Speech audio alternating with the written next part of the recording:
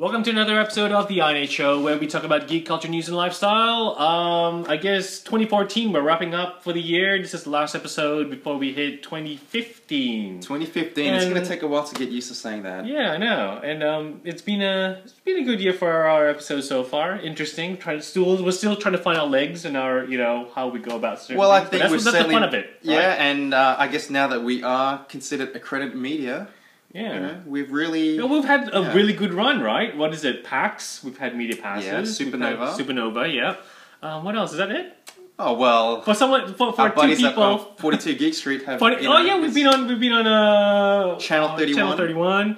We've tied in with 42 Geek Street as well. Shout out to 42geekstreet.com. Yeah, I mean it's been a good year so far for a couple of guys, just a couple of nerds.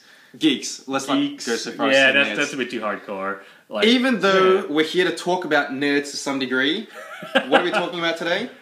We are talking about Big Hero 6, the film that actually came out in Australia, right? Finally came out, yeah. Yeah, so you were telling me that the US had this a lot earlier than we did.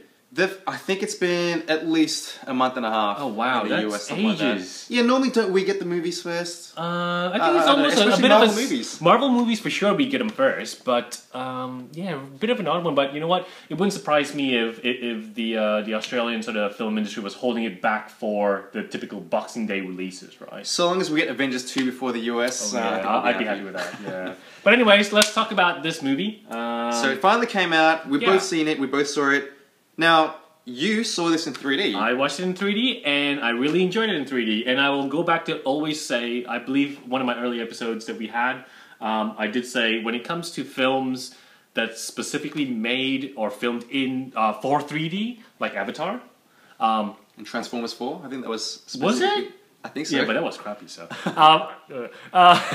but like Avatar, I have to watch it in 3D. When it comes to animations, I enjoy watching animations in 3D. I think the cells are popped out a lot, very well. You know what I mean? So that's just me. But anyways, go on. Sorry. Well, but you watched it in 2D, standard 2D. I saw it in 2D. Yep. And I paid full price for this movie. Full price for it. Yeah. Wow. So it kind of hurt. Huh. I had some pretty high expectations for it because I paid so much for it. Okay. Paying full price, paying full retail. Well, the cinemas aren't cheap in Australia. No, they are not. But anyways, this is a good movie. I recommend it. If you haven't seen it already, I do recommend you go watch Big Hero 6. You recommend it? Yeah. I really enjoyed it. I do highly recommend it for people to watch it. It's a very, very enjoyable movie. It's got really cool scenes in it. Really great camera angles in it as well. The way they sort of have certain... Yeah, I just want to know whether you recommend it. Okay, I'm sorry. All right. Yes. Going back to the unlong-winded version, which I'm starting to talk about again. Yes, I would recommend it. Well, let's get more into it then. Okay. Let's get more into this movie. Cool. I think we have to touch on the characters first of all. Alright, so let's go through them really fast. I don't remember their names entirely. I mean, we've got Tadashi being the older brother. We've got Hiro, which is the main character. The main protagonist. Who else is it? Is Fred? Well, see, that's the thing. Like, the characters are kind of... I don't want to say shallow because this is a kid's movie. Right. But that's part of the reason why we don't really... That's why you can't really recall their names, right? No. Well, even the voice actors are not ones that I know. Which is another interesting thing. They didn't go for the big stunt casting. Yeah. I mean, they had Scott Adsit as the voice of Baymax. Scott Adsit, who, we're buddies, as you can see. He and I, Baymax and I, we're buddies. But the characters, like, there's Wasabi. There's one of the Wayne's brothers, like Honey. Apparently? Yeah. I don't know who that voice or the character is, the one with the through the ball things, right? Yeah, but what I'm trying to say is that, like, we don't really know them all that well. Yep. There's 6 of them. There's a lot to get through in a kid's, what is essentially a kid's movie. The main character is Hiro. Did you like that kid? He was a little He's brat. meant to be... He was a little brat. Yeah. And I didn't hate him. I didn't dislike him, but it was just a little brat, which obviously turned around by the end of the film, right? I thought that he was a little bit too much of a brat as well, myself. Okay. Yeah, I didn't dislike him, but again, we're talking as 30-year-olds. Yeah. and maybe there's a certain disconnect, I think, between us and that character. The main character, though, or not the main character, but the one that everyone's going to be talking about is Baymax.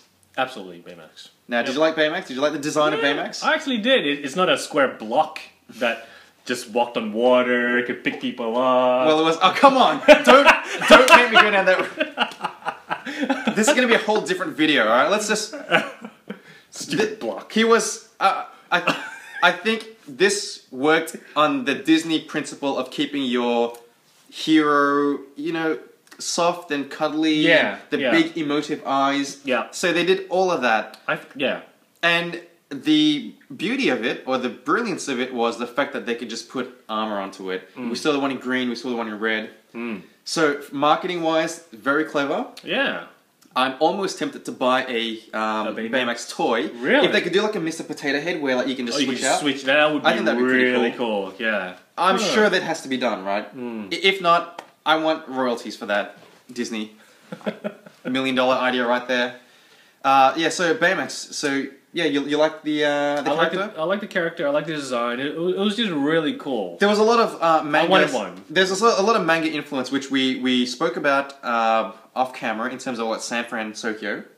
Yeah, I found that really bizarre. I mean, I watch a bit of anime, right? And I'm used to sort of seeing like, you know, Neo Tokyo and all that sort of stuff. But to put San Francisco and Tokyo is a bit odd. I don't know where the connection comes in. And San Francisco did play a huge part in the...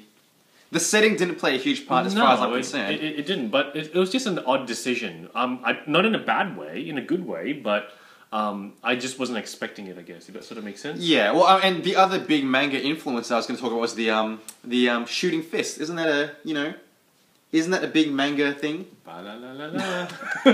Which, I know, yes. Yeah. The rocket fist. The rocket fist, yes. Yeah, that was a big anime thing. You know what? I noticed that there was a lot of comic-related drops throughout the movie. I mean, the obvious one is is Stan Lee. You know, you saw it in the portrait when Fred was walking through his house. But when he goes into his room, there was very much a lot of Marvel comic related sort of... Well, speaking of which, Terrence, did you know that Big Hero 6 is based on a Marvel comic? I actually didn't. I had no idea at all. So there's the amateur geek here. But what I did notice is every time the Baymax did fly and land, he did the Iron Man pose. Did you notice that? Like I noticed it in that big, like the money shot where they all assemble. I don't know if he did it every single time. Yeah. I was watching, I was like, oh, it's Iron Man. Oh, it's Iron Man. I mean, regardless, the reason I bring up the Marvel Comics thing is that I knew that Big Hero 6 was based on a comic book property, but when I looked up what it was completely different. Oh, really? Yeah, it's completely different. Same character stuff? I don't even think it's the same characters, because there is a Baymax, there's a Go-Go, there's like Silver Samurai. You know who Silver Samurai is. Are we talking about the X-Men Silver Samurai? Wolverine? Yeah. Really? Well, I didn't read the article or look too much into it, but it looked completely different. Okay. Now, this is clearly a kids' show. Yeah. So, storyline-wise, suitable for kids?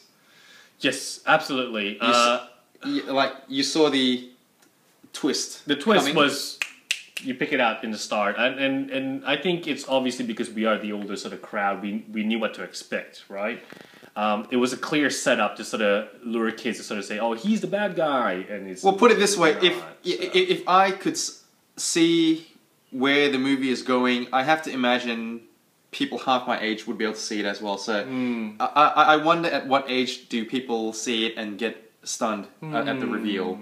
I wouldn't know. 15? I don't know. I'll make that up.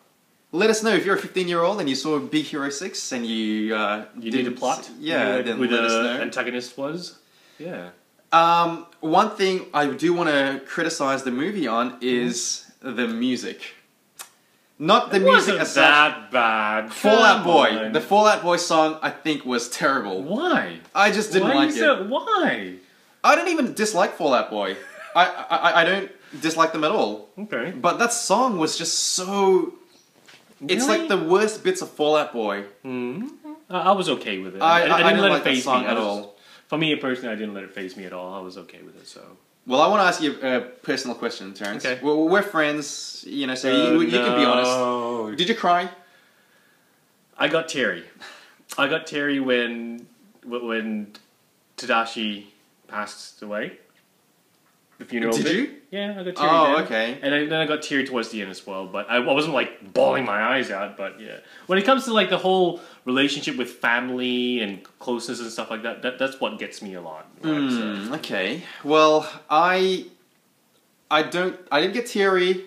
I could see the. I don't think even anyone in the cinema got teary. But the reason I asked that is because to me the ending or that climactic scene reminded me a lot of Terminator 2. And I cry at the end of Terminator 2 all the time. I'm not ashamed to admit it. All right there, girly boy. But didn't you feel that it had this really Terminator 2 vibe? It's like, you know, oh, are you happy with my service? You know, I can only deactivate when you say that you're happy. See, and it's like, you know, I'm not happy, you know, like, we can work it out. Here's the thing, It's Terminator 2 all over again. And John Connor was a little bit more likable in that than he was than Hiro was in this, in my opinion. Two different movies, but I got a real Terminator 2 vibe in this. Well, look, I cannot completely understand why you would make that comparison with Terminator. I got upset in Big Hero 6, but Terminator 2 I actually never have.